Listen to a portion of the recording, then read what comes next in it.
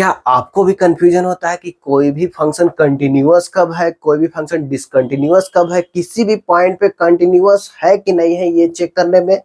तो किसी भी पॉइंट पे अगर कंटिन्यूअस है या नहीं है ये चेक करना हो तो हम लोग बस तीन चीज देखेंगे। क्या क्या देखेंगे?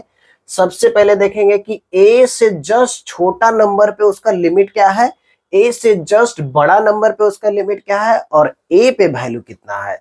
तो हम सबसे पहले देखेंगे LHL, लेफ्ट हैंड लिमिट क्या होगा, x tends to a minus लिखते हैं। a माइनस का मतलब हुआ कि a से जस्ट छोटा नंबर, a को किस साइड से अप्रोच कर रहे हैं, इस साइड से अप्रोच कर रहे हैं। तो इसका वैल्यू कितना है, LHL कितना है, तो ये कितना है ये जानना चाहते हैं। RHL कितना है, RHL मतलब क्या हुआ कि fx का वैल्यू इस तरह से अगर इधर से आते हैं तो फंक्शन का वैल्यू क्या है। तो वहां पे हम लोग इस तरीके से लिखते हैं कि a प्लस एफ एक्स क्या होगा, एफ एक्स का वैल्यू जब a को अप्रोच कर रहे हैं लेकिन किस साइड से, RHL मतलब इधर से, LHL मतलब इधर से। और तीसरा जो देखते हैं जो फंक्शन का वैल्यू है, मान लीजिए ये L आ रहा है और ये आ रहा है R, और ये जो बीच में फंक्शन का वैल्यू है FA है। A अगर इनपुट रख रहे हैं तो आउटपुट क्या आ गया, FA।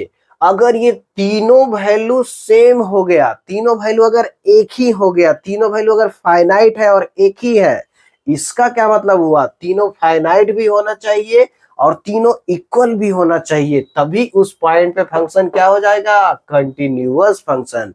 तो कोई भी फंक्शन का किसी पॉइंट पे अगर कंटिन्यूटी चेक करना हो तो उस पे LHL निकाल लीजिए कि लेफ्ट हैंड लिमिट कितना है, RHL निकाल लीजिए कि राइट हैंड लिमिट कितना है। तो मान लीजिए L और F है, तो अगर तीनों इक्वल हुआ, R और L तीनों अगर इक्वल हुआ, तब हम क्या बोलेंगे कि हमारा जो फंक्शन है L बराबर FA बराबर अगर R है, इसका मतलब है कि इस तरफ से लिमिट, इस तरफ से लिमिट और बीच का जो फंक्शन का वैल्यू है तीनों फाइनाइट है और तीनों अगर इक्वल है तो फंक्शन उस जगह पे क्या है, कंटिन्यूअस फंक्शन है। और अगर कुछ भी दिक्कत हो तो फंक्शन कैसा हो जाएगा, डिसकंटिन्यूअस हो जाएगा।